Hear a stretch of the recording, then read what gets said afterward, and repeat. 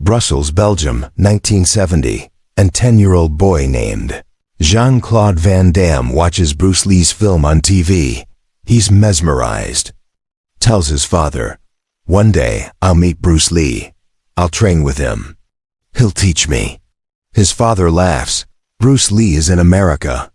You're in Belgium. That will never happen." But in the 1980s and 1990s, Jean-Claude Van Damme, now a Hollywood action star, tells interviewers a different story. He claims he met Bruce Lee in 1972, sparred with him, learned from him. These claims are repeated in dozens of interviews. There's only one problem. Bruce Lee died in 1973. Jean-Claude was 12 years old. And witnesses say it never happened. This is the story of the meeting that never was. This is the 1980s, 1990s. Jean-Claude Van Damme is one of Hollywood's biggest action stars. Bloodsport, 1988. Kickboxer, 1989. Universal Soldier, 1992. Time Cop, 1994. Known as the Muscles from Brussels, famous for his splits, spinning kicks, martial arts skills. In countless interviews, Van Damme tells stories about meeting Bruce Lee, training with him, sparring at Bruce's school. These stories vary. Sometimes he says he was 16, sometimes 18, sometimes just young. But he always claims it happened. Bruce Lee's actual students, Dan Inosanto, Ted Wong, others say they never saw Van Damme at Bruce's school. No photographs exist. No documentation. Just Van Damme's claims, repeated so often people believe them.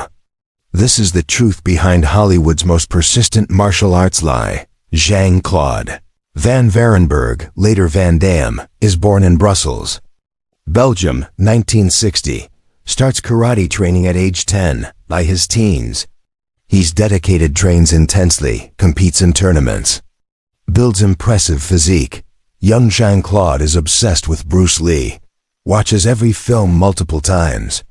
Studies Bruce's movements, tries to copy his style. Bruce becomes his idol, his inspiration. In his late teens, Jean-Claude competes in European karate circuits, wins several tournaments, builds local reputation.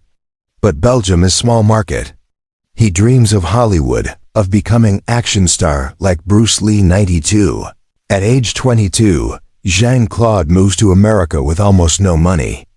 Works odd jobs, teaches martial arts, takes small acting roles. Struggles for years trying to break into Hollywood. 1988. His breakthrough, Bloodsport, becomes surprise hit. Jean-Claude's martial arts skills, physique, and charisma make him instant star. More films follow: Kickboxer, Lionheart, Hard Target. By 1990s, Jean-Claude is a list action star, earning millions. Gives hundreds of interviews to promote his films. In interviews throughout late 1980s, 1990s, Jean-Claude starts telling story. He met Bruce Lee when he was young, traveled to America. Trained at Bruce's school. The story varies in details. Sometimes he says he was 16. Sometimes 18. Sometimes the meeting was in Los Angeles. Sometimes Oakland. Sometimes he sparred with Bruce. Sometimes just watched. Sometimes Bruce gave him personal advice. Sometimes just general teaching. But core claim remains consistent. Jean-Claude Van Damme, and trained with Bruce Lee before Bruce's death. Example from 1991 interview. When I was young, I came to America and met Bruce Lee. I trained at his school. He was incredible, so fast, so powerful. He taught me about being like water, adapting to any situation. That changed my life. Example from 1994 interview. Bruce Lee was my hero. I was fortunate to meet him when I was teenager. We sparred together at his school. His speed was unbelievable. I couldn't touch him. That's when I knew I had to keep training, keep improving. These claims appear in magazine interviews, TV appearances, promotional materials. Repeated so often that many people accept them as fact. There's a major problem with Van Damme's claims. The timeline doesn't work. Bruce Lee died July 20, 1973. At that time, Jean-Claude Van Damme was 12 years old, living in Brussels, Belgium. Still in school, Bruce's school in Oakland closed in 1965. Bruce moved to Los Angeles in 1966-1967. By 1970 to 1973, Bruce was focused on films, teaching only select private students. For Van Damme's story to be true, he would have been 10 to 12 years old. Would have traveled alone from Belgium to America, unlikely for a child. Would have somehow gotten access to Bruce's private teaching. Would sparred with Bruce despite being a child, even if Van Damme claimed meeting Bruce in 1972. When he was 12, he would have been a young teenager who didn't speak English well, had no connections, no money, living in Belgium. But Van Damme often claims he was 16 to 18 when meeting Bruce, which would put the meeting in 1976-1978. 3 to 5 years after Bruce died. Bruce Lee's actual students and close friends contradict Van Damme's claims. Dan Inosanto, Bruce's closest student and training partner, interviewed in 1995. I trained with Bruce from 1964 until his death in 1973. I was at his schools regularly. Met almost everyone who trained with Bruce. I never saw Jean-Claude Van Damme. Never heard Bruce mention him. I'm quite certain they never met. Ted Wong, another close student. Jean-Claude Van Damme was not at Bruce's school. I would have remembered. A young Belgian teenager with broken English and impressive physique would have stood out. It didn't happen. Linda Lee Cadwell, Bruce's widow, has never confirmed Van Damme's claims. In her books and interviews about Bruce's life, Van Damme is never mentioned. No photographs exist of young Van Damme with Bruce Lee, despite Bruce being photographed constantly with students and visitors. No documentation, no corroboration, no evidence of any kind supports Van Damme's story. Why would Van Damme make these claims? Several possible reasons. 1. Childhood fantasy became memory. Van Damme idolized Bruce so deeply as a child that he may have fantasized about meeting him. Over years, the fantasy may have blurred with reality in his mind. 2.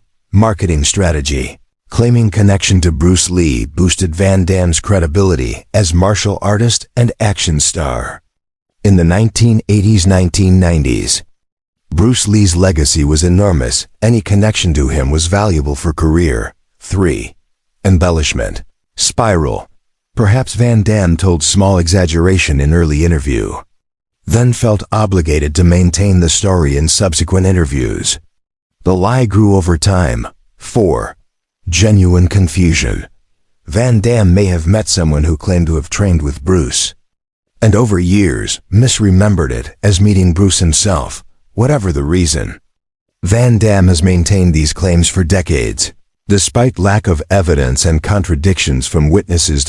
In 2010s, martial arts community and Bruce Lee historians increasingly challenge Van Damme's claims publicly. YouTube videos analyze Van Damme's various stories, pointing out inconsistencies and timeline problems.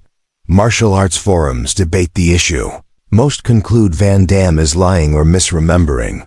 When directly confronted in later interviews, Van Damme's responses vary. Sometimes he becomes defensive, insists it happened.